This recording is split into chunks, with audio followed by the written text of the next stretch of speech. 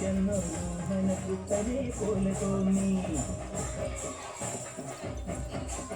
മണികണ്ഠ സ്വാമിയെ കണ്ടിട്ട് എനിക്കെന്നൊരു മനക്കുത്തനെ പോലെ തോന്നി. ഓമനക്കുട്ടനൻ പന്തളത്ത് വന്നനായി രാജകുമാരനായി അടുത്തു വന്നു. വൻകുലിപ്പുറത്തേറി വില്ലും പരമെടുത്തു വില്ലാളി വീരനായി വന്ന നേരം പന്തളം കടന്നു ഞാൻ പമ്പയായി കവിഞ്ഞു ഞാൻ മനസ്സിലെ മതിൽക്കകം തുറന്നവൻ നിറഞ്ഞുപോയി. എന്റെ സ്വാമിയെ കണ്ടിട്ട് എനിക്കെന്നൊരു മനക്കുട്ടനെ പോലെ തോന്നി.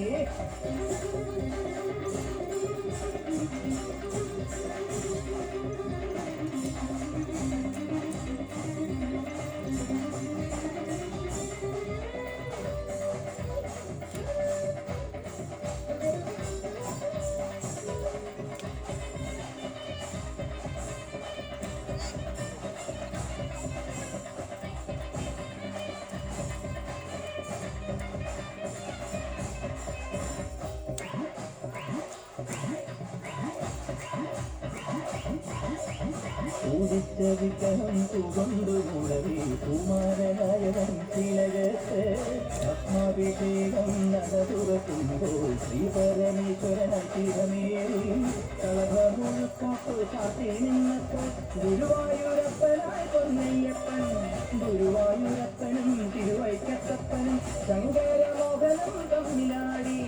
ശങ്കരമോഹനം കരകളി നടത്തവേ മണിയണ്ട സ്വാമിയെ കണ്ടിട്ട് എനിക്കെന്നൊരു മനക്കുട്ടനെ പോലെ തോന്നി.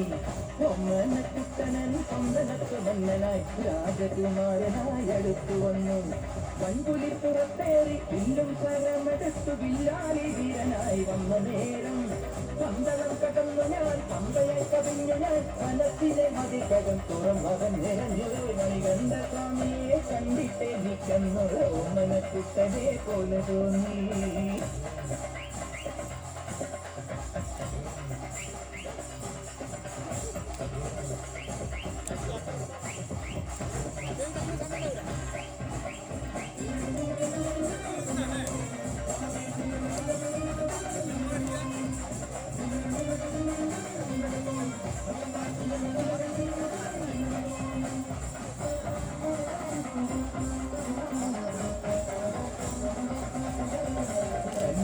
ഗണപതിക്ക് വീരാഞ്ജനം വെച്ച് വിഘ്നവിനായകനെ തൊഴുതു നിന്നു.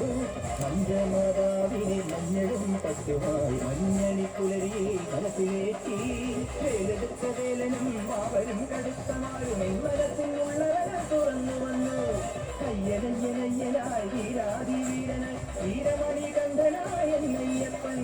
വീരമണി കണ്ഠനെ കയ്യിലെടുത്തു കൊണ്ടിടുമ്പോ മണികണ്ഠ സ്വാമിയെ കണ്ടിട്ട് എനിക്കെന്നൊരു മനക്കുട്ടനെ പോലെ തോന്നി.